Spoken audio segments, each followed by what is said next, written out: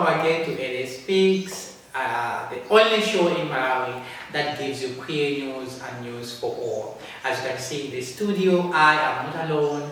I am with the very first, and when I'm saying the very first, I am proud because I organized it. So to have here the very first Miss Trans Malawi, I am so ecstatic. Hi, Miss Trans Malawi. Hi. Introduce yourself to the people. Okay, my name is Bonnie. I'm from Congo. Nickname is Ira.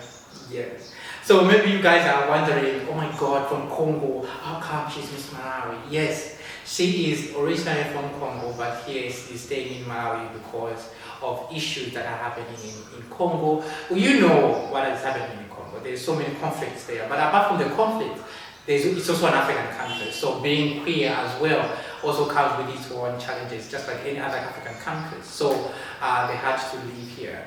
They had to leave there and come back here. Tell us the journey from Congo to here. What happened? Like, Yeah, there's some things happening in Congo, that's why I'm here. Yeah. Bad things happen, many things. Phase 2, I was raped with my stepfather. Secondly, the time I was raped with my stepfather, I was running to the priest because I'm Catholic. Yeah. I was running there. And then I was taken to the priest for 2 years. Yeah. So there's also some things happened to the priest, that's why I was running up to here. wow. Here. So, in case you guys didn't catch that, what they say, they were first and foremost raped by the stepfather who they were staying with, a parent, someone who's supposed to be a parent figure. So after they were raped, and then because obviously Catholic, priest is where you go when you are struggling and all of that. So you go to a priest thinking, God is involved and he's gonna welcome you. So what happened with the priest for you to leave the priest? Okay, the time I was running to the priest, I was staying there for 2 years. So I don't know the priest is bisexual. Right. So I continued to stay with him, but there is one day just the priest told me the truth, like I'm like this, can you do it? We're still in bed. And we are doing, it's my boyfriend, we're doing sex sometimes. The time we are doing sex sometimes is recording some video. So this day is very bad to me. That day I can't forget it because the priest could change. Sometimes if we want to palimesi na festival amatenga ujini ka flash kukaika manyimbo njani and hauli basi. So ana flash jamezi na pangana sex kwaika. So it was very bad. So and to change many things happened there, police change. So thanks God I have a friend. I mean, the friend is also gay. I have a there's something happened. Change one. That is the same day. The same day. The things I was doing that I was just going to steal the money, the priest, and then run. Right. Yeah. I was take some transport to Congo up to Tanzania. I was reaching Kigoma. Then I reached Kigoma. I found someone there and I started to talk to us. Oh, they came because I'm refugees or whatever. So thanks to God, I was getting someone to explain to me the direction to the camp I was going to meet to stay there in Nyarugusu. Yeah. So I was doing that in Nyarugusu 2 weeks. So the situation to Nyarugusu is very difficult. And then I was communicating with my friend there, putting, oh, they are looking for you. Just run, go far. Don't stay in Tanzania. Okay, so you wanted to go back. Yeah. You wanted to stay there for like a little time and then go back. And then go back. I was like, no, just go far. Because the way I think, because they're taking your picture, put some radio, what are you do? You just go straight. So what happened to the priest? The priest and manga. Now I think a story I think with yeah. Because in the Congo, situation of gay LGBT is very difficult. I was gay. I was so the things I was doing, they are just in Nyarugusu. I was going straight to Malawi. I was asking guys where I can go, which country is near Tanzania. When I was going to Malawi, I was going straight to Malawi. I was in Karanga, and then I was crossing some process with refugees and straight to Dzaleka. Wow. Yeah. Wow. Okay, so we have heard it. So from your experience on Tanzania and dzaleka Congo, it's worse. That's why you had to leave them or to come out, or you left Tanzania because your friends say like just go far, go far.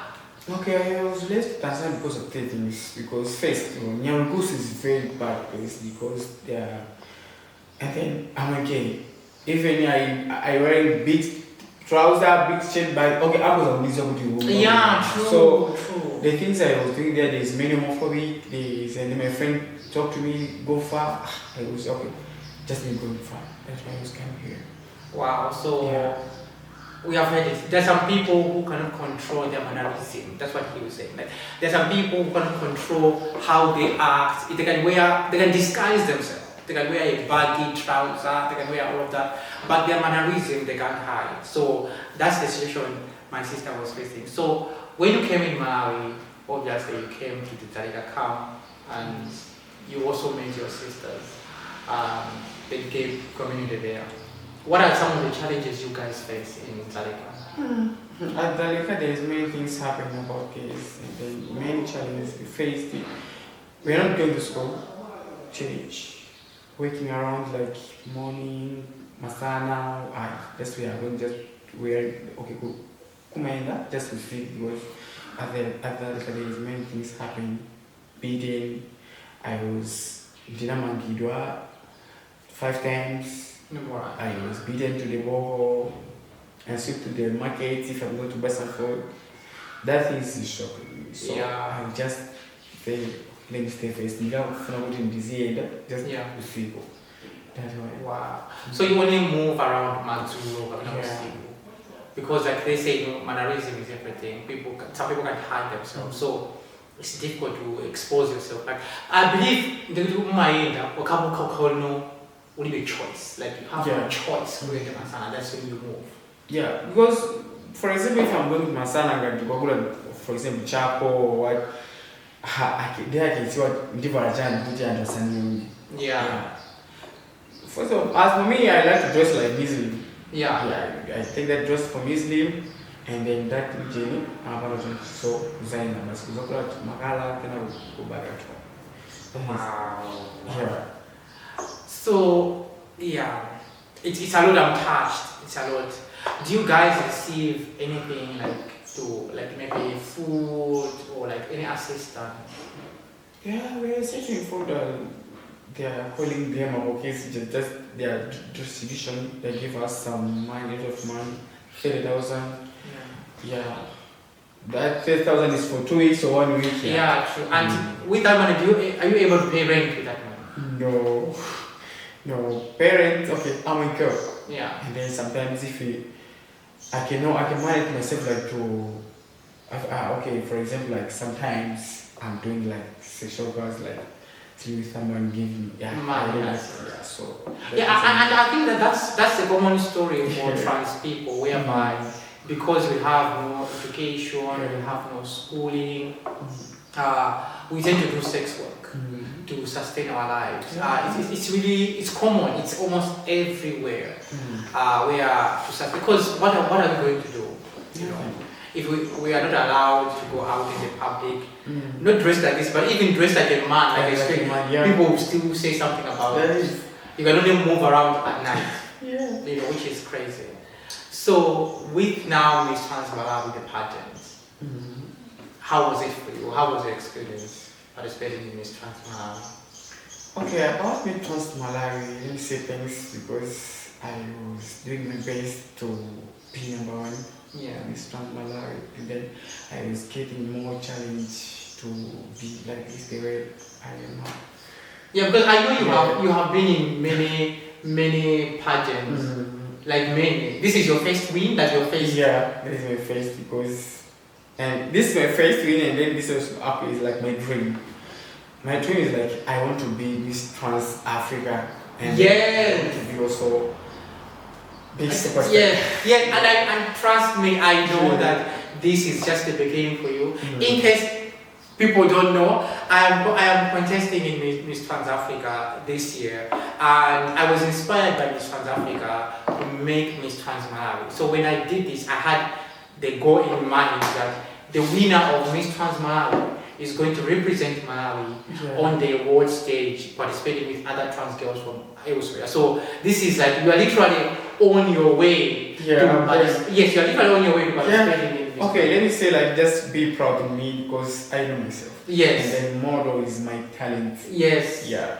So I was born a model. Because model, I like first to be model, and I'm happy to be model. Yeah. And model is my talent. Wow. Yeah. And then just be proud of me. Everything it can be. Working. Yes, I am really proud of you. So we are now in a segment where we'll do some games, a little bit of games, just to make sure we are all feeling all nice, all juicy. Let me think of a game. Okay, so the game is whatever.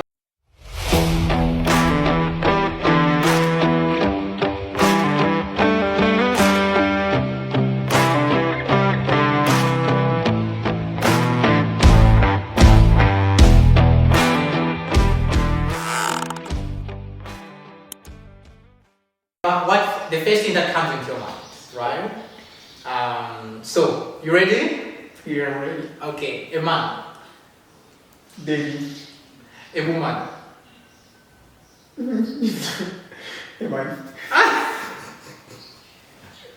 Okay, a plane.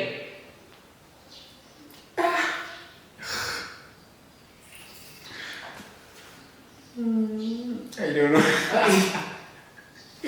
Okay, Nsima. Rice. Oh my god, you like rice? I like rice. Yeah. Masaba. Yeah.